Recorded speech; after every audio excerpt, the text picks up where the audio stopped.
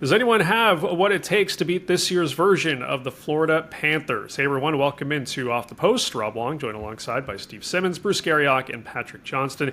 And guys, the Florida Panthers one win away from advancing to their third consecutive Stanley Cup final. They've been on an incredible tear since losing the first two games of their series against the Maple Leafs in the second round. Bruce, you tweeted about this the other day, that watching the Panthers, it would appear that the Sens and, quote, Canada's team, the Toronto Maple Leafs, need to make some changes to think about coming out of the East. Do you feel as though Florida, with the way they are built right now, has put together a quote-unquote perfect playoff-type team?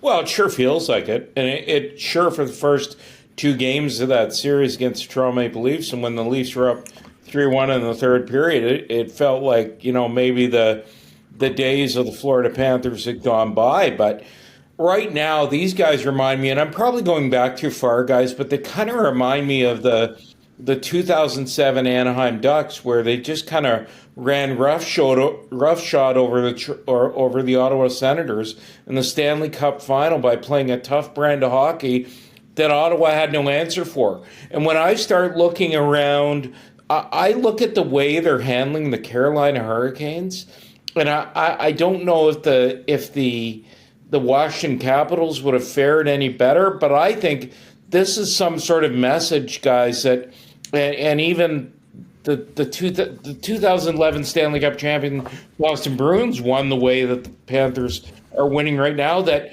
teams like Toronto, Ottawa, Boston now, because they're out of the playoffs, they're going to have to find an answer to this in the Eastern Conference, because Carolina is a tough team to play against, and they just whittled them down completely. I don't know what other way to put it. Here's the difference, though, Bruce. You're talking about that Anaheim team that won and the Boston team that won. Those were one-time champions. Anaheim, they didn't get back the next year. And so you look at the Florida Panthers right now. They got to the finals 2 years ago, had nothing left when they got there, and kind of got smoked in the end. Went through last year, won in Game 7 at home, clinical kind of win. They have been clinical throughout most of this playoffs. They have built the perfect playoff hockey team from the back end out. You start with Vasilevsky in goal, and Dale Talon was criticized for that contract, and nobody's saying much about that anymore. And they have a really strong six-man or four to six-man defense, but the top four are awfully good. Even, replacing Brandon Montour from last year's team with Seth Jones right now, which might be an upgrade, actually. And then you get nobody in hockey has a third line that compares to the Panthers' third line of Lundell, Luosterainen, and Marchand when they're all healthy. Now Reinhardt's out and other people are hurting. It's different. But they're straight down the middle. Sasha Barkov is a Hall of Famer. Sam Bennett is just built for playoffs. Then you go to Lundell, who is one of those great underrated guys that we don't pay enough attention to. This team has a little bit of everything. Bill Zito, the general manager, took it over when it was pretty good and made it great. Yeah. Do you know who's played the most minutes at 5-on-5 for the Panthers? You already said it, Steve. Seth Jones. I mean, what an addition to that team. You want to understand. We know how hard it is to go back-to-back in the finals. They're going to go back-to-back-to-back in the finals. First team since 1985 to do that. The Edmonton Oilers were the last team to do this.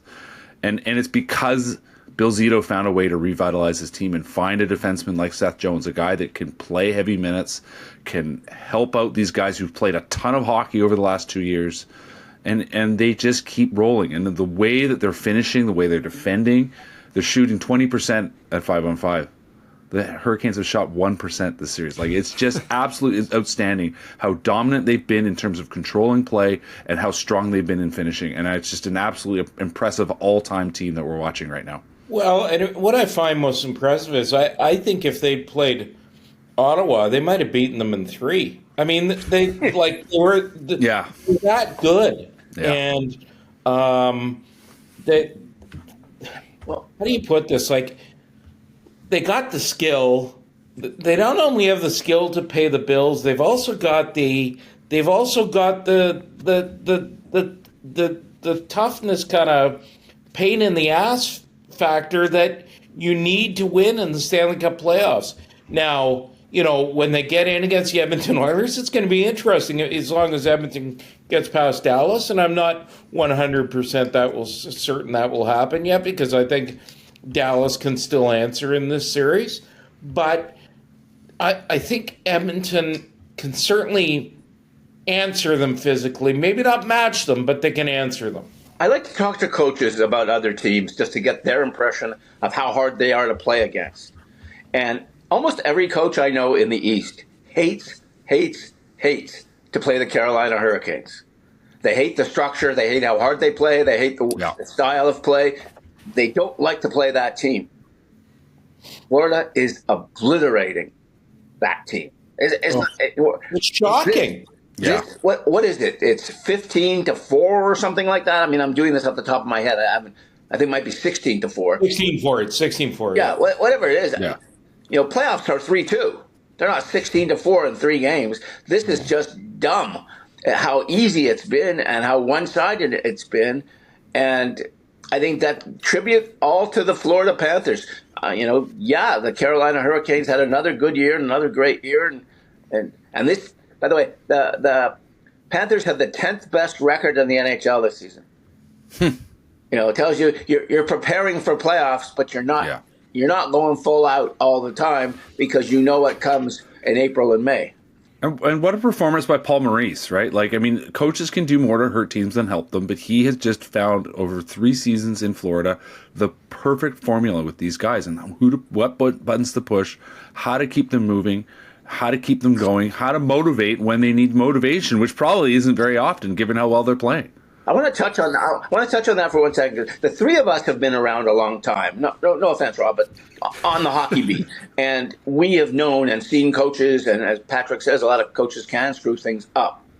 What amazes me about Paul Maurice in this circumstance, compared to anyone I've ever seen before, the players like him. Yeah, players don't like coaches historically. And the famous Steve Shutt line. I like Scotty Bowman 1 day a year, the day we get our rings.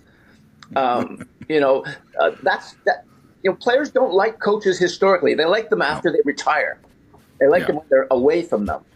But this is a guy they love. And they love the fact that he's winning late in his career and they're winning with him. And there's this spirit of cooperation with this group, because I've been around them a lot more than most teams. It's pretty incredible to watch. And if you don't like Paul Maurice, check your pulse, please.